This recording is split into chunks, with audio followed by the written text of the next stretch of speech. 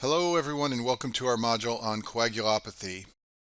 The way our body prevents blood loss is through formation of a thrombus, also known as a blood clot, anytime there is damage to blood vessels. So blood vessels have a lining of cells called the endothelium, and when there's endothelial damage, this is what triggers the formation of a thrombus.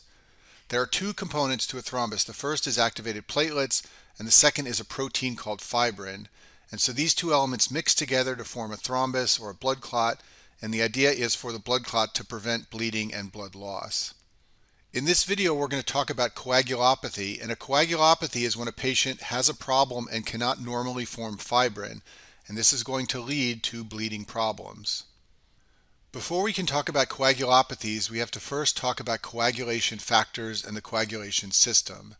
So coagulation factors are proteins that are synthesized by the liver, and they're always circulating in our blood in an inactive form, but they become activated when they're triggered by endothelial damage, just like we talked about on the last slide.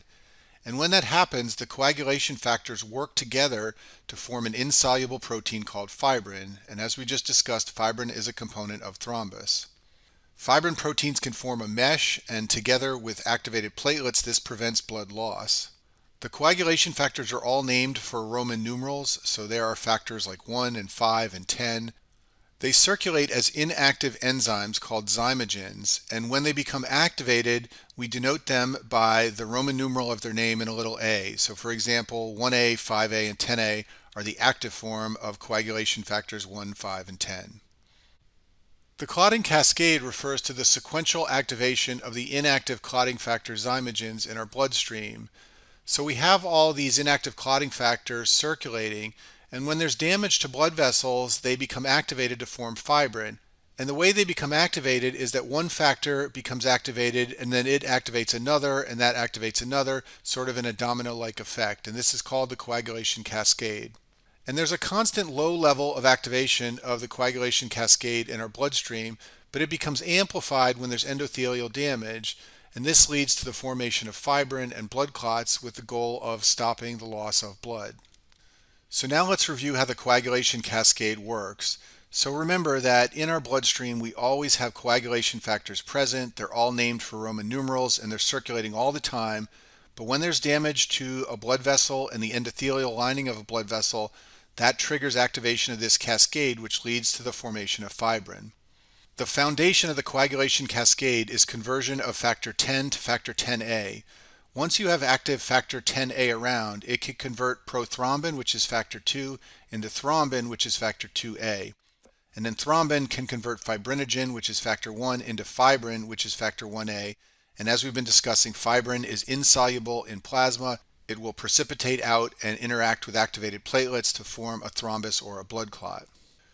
So central to the entire coagulation cascade is the activation of factor 10 into 10A. Once that occurs, this will necessarily lead through the steps shown on this slide to form fibrin and a thrombus. The way that factor 10 becomes activated to 10A when there's endothelial damage is that when the endothelial lining of a blood vessel is damaged, that exposes something called tissue factor to the bloodstream. The blood vessels in our body are lined by a layer of cells called the endothelium. And beneath that endothelial layer, you can find tissue factor. It's a protein and it's expressed by the subendothelium, so it's never exposed to the bloodstream as long as the endothelium is intact. But if there's an injury and there's damage to this endothelial lining, then tissue factor becomes exposed to the bloodstream, and that's going to activate the clotting factors of the coagulation cascade, leading to the formation of fibrin. So when tissue factor becomes exposed, it activates factor 7 to become factor 7A, and tissue factor and factor 7A can convert factor 10 into 10A, and that generates this cascade shown on the slide, leading to the formation of fibrin. And so this is the way in our body endothelial damage to blood vessels leads to formation of fibrin. Now this could be the entire coagulation cascade, and it probably was at some point during evolution. But the problem with what's shown on the slide here is it's relatively slow to form fibrin. So our body has evolved ways to amplify this process so that fibrin is formed more quickly. And those amplification mechanisms involve other clotting factors. So once thrombin gets formed, it can convert more factor 10 into 10A and amplify this whole process. To do this, it uses a number of other coagulation factors, including 5A, 8A, 9A, and 11A. And so you can think of all these factors as factors that help thrombin to amplify this process so that it's able to more quickly form fibrin. And so this pathway, which I've shown on the slide here, where tissue factor interacts with factor 7, leading to the generation of fibrin, we call this pathway the extrinsic pathway. And we can measure how quickly this pathway can form fibrin in the laboratory through two tests called the prothrombin time and the INR. And I'll talk about these in more detail in just a minute. But the point I want to make here is that the extrinsic pathway is the pathway by which tissue factor leads to the formation of fibrin involving factor 7 and also all these factors here. Now there is another way we can activate the coagulation cascade. This probably plays only a minor role in our body, but it's very important in the laboratory because we commonly activate the coagulation cascade this way on blood samples to measure how well the patient's clotting factors are functioning. This alternative way of activating the cascade begins with factor 12. It becomes activated to 12A, and then it can activate factor 11 to 11A, and that can activate factor 9 to 9A. Factor 9A can bind with factor 8A, and together that can lead to the conversion of 10 to 10A, which, as we said before, leads to fibrin. So that's a lot of different clotting factors I just went through, but the point is that there is an alternative way to activate the coagulation cascade beginning with factor 12. This will lead to the formation of fibrin, the same way you get formation of fibrin when tissue factor is added to blood. And in the laboratory, we routinely activate the clotting cascade through this pathway here. And when we do this, it's called testing the intrinsic pathway. And the time it takes for the intrinsic pathway to generate fibrin can be measured in the lab through a test called the partial thromboplastin time, or PTT, which we'll also talk about in just a second. So there are three major laboratory tests we use to test the coagulation system. The first is the prothrombin time, or the PT. As we just discussed, this is measuring the effectiveness of the extrinsic pathway. To determine a patient's prothrombin time, you take the patient's plasma with all the clotting factors present and you add tissue factor, and that will start to lead to the formation of fibrin in a clot, and you measure the time for the clot to form, and normal is about 10 seconds. Related to the prothrombin time is a measurement from the laboratory called the International Normalized Ratio, or INR. This is a ratio of the patient's prothrombin time to a control prothrombin time. A normal value is 1. Values above 1 mean that the patient's blood is taking longer to clot than it should. And then the partial thromboplastin time, or PTT, as we just saw in the last slide, measures the effectiveness of the intrinsic pathway. To perform this test, you add the patient's plasma to a negatively charged substance, usually it's silica, and this will begin to activate factor 12 and the intrinsic pathway like we saw in the last slide. Once you do this, you measure the time to form a clot, and normal is about 30 seconds. Okay, so now that we've reviewed how the coagulation system works, we can begin our discussion of coagulopathies, and we'll start by talking about the hemophilias. So hemophilias are X-linked recessive genetic disorders, and because they're X-linked, they mostly affect males. Females who are carriers are usually asymptomatic. And there are two major forms of hemophilia, hemophilia A and hemophilia B. In hemophilia A, an X-linked genetic mutation leads to a deficiency of factor 8. In hemophilia B, deficiency of factor 9 occurs. And shown on the screen is a picture of Alexei Nikolaevich. If you don't know the story, he was the son of the last Tsar of Russia, and he had hemophilia and had recurrent bleeding problems that greatly stressed his mother and father and contributed ultimately to the Russian Revolution and the fall of the Russian monarchy. The major clinical features of hemophilias are spontaneous or easy bruising, and a classic initial presentation in a child with hemophilia is recurrent hemarthrosis, which means recurrent joint bleeding. This was a major problem for Alexei Nikolaevich, and it's a common initial presentation when children have hemophilia. On coagulation testing, the PTT is usually prolonged in moderate and severe forms of hemophilia. It can be normal in some cases if the disease is only mild. And the reason the PTT is prolonged is because factors 8 and 9 are both part of the intrinsic pathway. If we go back to this slide, here's factor 9 and here's factor 8, and they're both part of the intrinsic pathway. And so this is the pathway that becomes abnormal when a child has hemophilia, and this leads to prolongation of the partial thromboplastin time, or the PTT. In contrast, the prothrombin time and the platelet count are usually normal because they aren't usually affected when there's a deficiency of factor 8 and factor 9. So when you have a child with recurrent hemarthroses and other bleeding problems and the PTT is prolonged, you should suspect hemophilia. And the way the diagnosis is confirmed is by doing a factor 8 or 9 activity assay. In these assays, you add the patient's blood to blood that is depleted of factor 8 or factor 9, and then you see how fast it clots. And this can give you an idea of how much factor 8 is in the patient's serum compared to a normal blood sample. A normal result on an activity assay is 55 to 150% of the normal value. In hemophilia A, the patient will have a factor 8 activity level less than 40% of normal. In hemophilia B, it will be a factor 9 activity level less than 40% of normal. And then in addition to a factor activity assay, the patient needs to have a negative von Willebrand factor antigen test.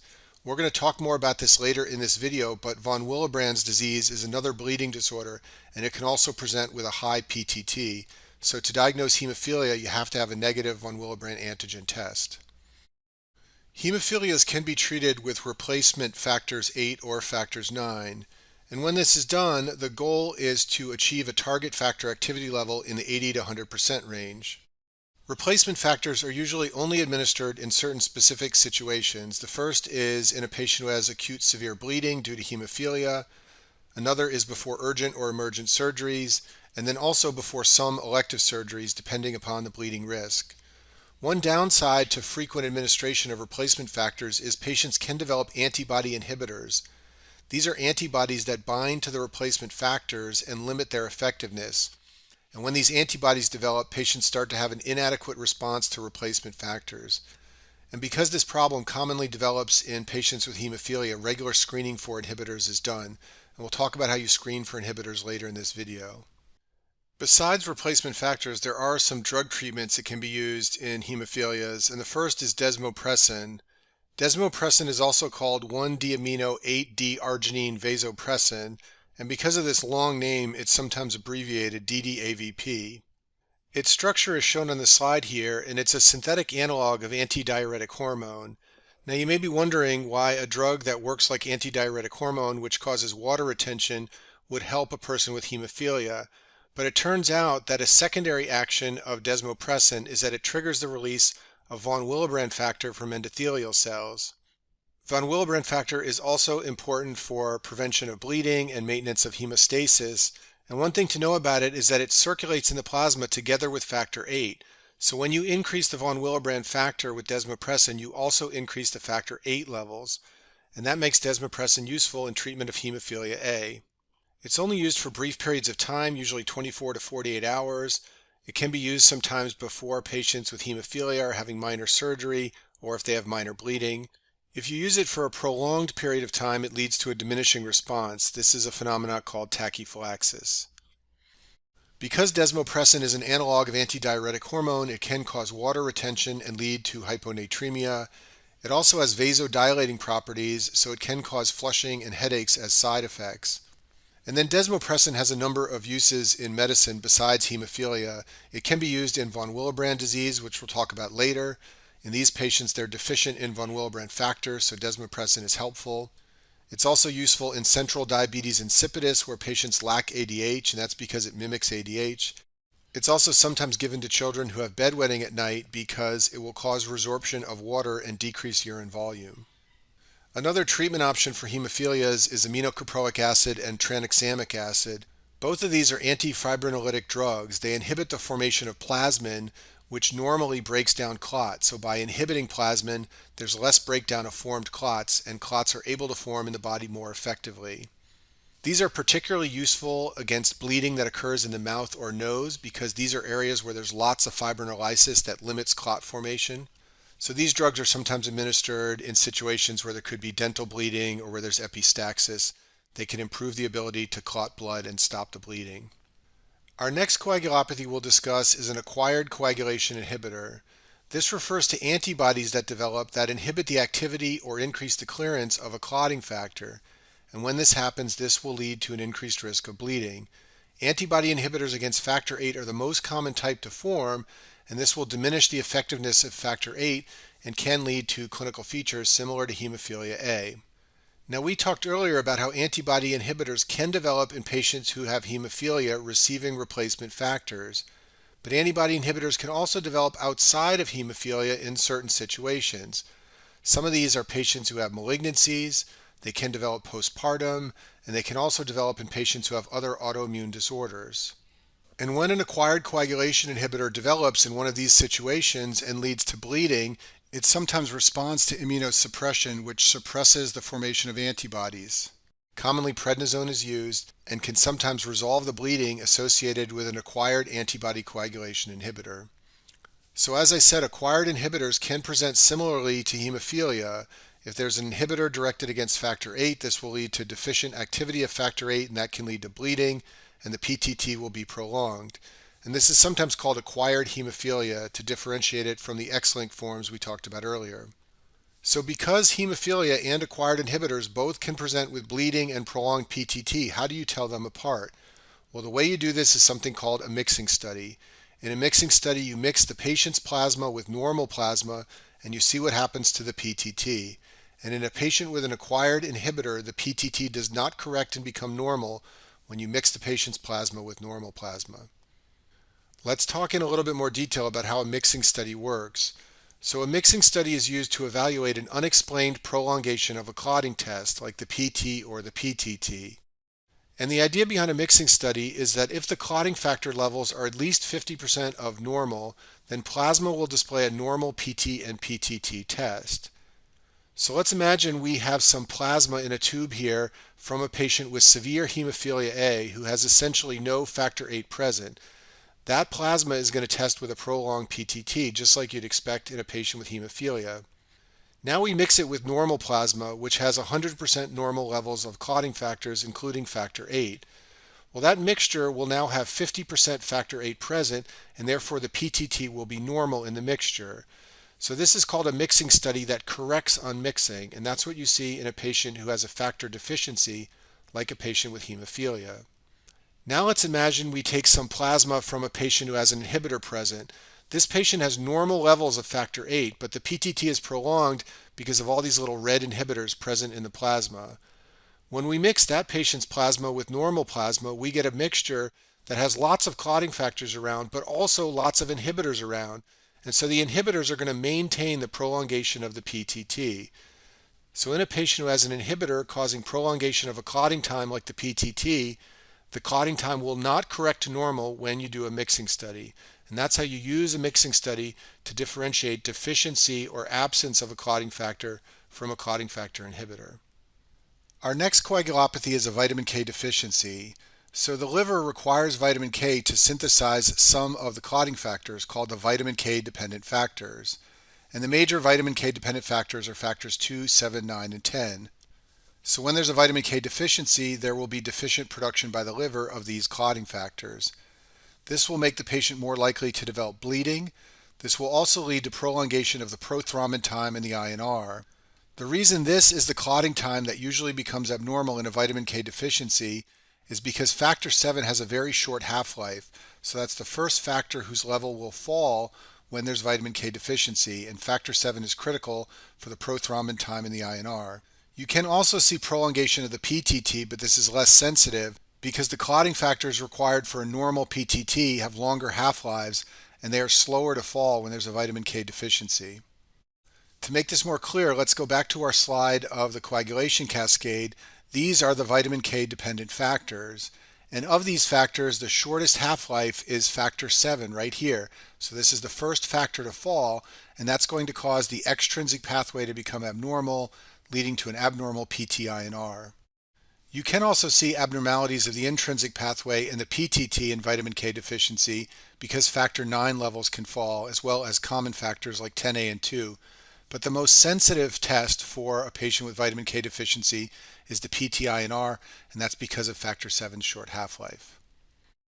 In terms of causes of vitamin K deficiency, dietary deficiency is very rare, and that's because there are two sources in the body for vitamin K. One is the diet, and the other is GI bacteria. So if you don't take in enough vitamin K in your diet, usually the GI bacteria produce sufficient quantities so you don't develop vitamin K deficiency. Warfarin is an anticoagulant drug, which I talk about in detail in another video, and it inhibits vitamin K activation in the liver, so it leads to a state of vitamin K deficiency, and this is intentional for anticoagulant effects. Another classic cause of vitamin K deficiency is antibiotics. That's because they deplete the GI bacteria. And so in someone who takes antibiotics, especially if they're not eating much because of a GI infection, they can develop a vitamin K deficiency. Newborns have a sterile GI tract, so they can develop vitamin K deficiency, and to prevent this, newborn babies are usually given a shot of vitamin K around the time of birth.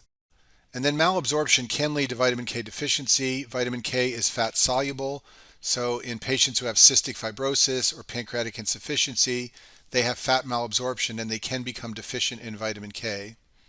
The treatment is usually with vitamin K supplementation to replete the levels of vitamin K in the body. If there's bleeding going on, you can use prothrombin complex concentrate or fresh frozen plasma, and I talk about the indications and usages of these things in other videos. Advanced liver disease is another potential cause of coagulopathy. Remember, the liver produces most of the clotting factors, so those clotting factors are lost when there's advanced liver disease, and this can lead to abnormal coagulation times as well as bleeding. Thrombocytopenia is also common in patients with advanced liver disease, which additionally increases the risk of bleeding. This can happen for a couple of reasons. First of all, there can be decreased hepatic synthesis of thrombopoietin, which stimulates production of platelets from the bone marrow. Also, when there's portal hypertension, the spleen can become engorged and platelets can become sequestered in the spleen so that there are less circulating platelets. And then our final bleeding disorder that we'll talk about in this video is von Willebrand disease. Patients with von Willebrand disease have deficient function of von Willebrand factor. Von Willebrand factor is a large glycoprotein. It's produced by endothelial cells and platelets, and it circulates in the plasma bound to factor VIII, just like we talked about earlier. The normal role of von Willebrand factor is to bind platelets to the endothelium and also bind platelets to other platelets. So when there's deficient function of von Willebrand factor, that can lead to an increased risk of bleeding. And von Willebrand disease is the most common inherited bleeding disorder. It affects up to 1% of the population. It's caused by gene mutations that lead to either a decreased level or decreased functioning of von Willebrand factor. And most cases are autosomal dominant, with males affected equally to females. Patients with von Willebrand disease usually have mild, non-life-threatening bleeding. So for example, these patients can have easy bruising or skin bleeding. They can have prolonged bleeding from mucosal surfaces like the gums. Severe nosebleeds are a classic history, and so is heavy menstrual bleeding in women. Usually patients with von Willebrand disease do not develop hemarthrosis, however, like we described earlier in patients who have hemophilia. In terms of diagnosis, the CBC and the PTINR are usually normal. You can see an increased PTT in some cases depending on the disease severity, and that's because, as I mentioned earlier, factor VIII circulates bound to von Willebrand factor. So if there is a low level of von Willebrand factor, there can be a low level of circulating factor VIII, and that can lead to a prolonged PTT, just like we talked about earlier with hemophilia. However, once again, just like I mentioned on the last slide, usually patients with von Willebrand disease do not have joint or deep tissue bleeding like you see in hemophilia. The way the diagnosis is usually made is through von Willebrand disease screening tests, and there are 3 of these. One is called the von Willebrand factor antigen test. This is a measurement of the level of von Willebrand factor protein in the plasma. There's also a test called the von Willebrand factor activity test. This measures the von Willebrand factor binding to platelets. And then finally, you can determine the factor VIII activity. And low levels on one or all 3 of these tests suggest a diagnosis of von Willebrand disease. Treatment for von Willebrand disease is indicated when patients have significant bleeding or before surgery.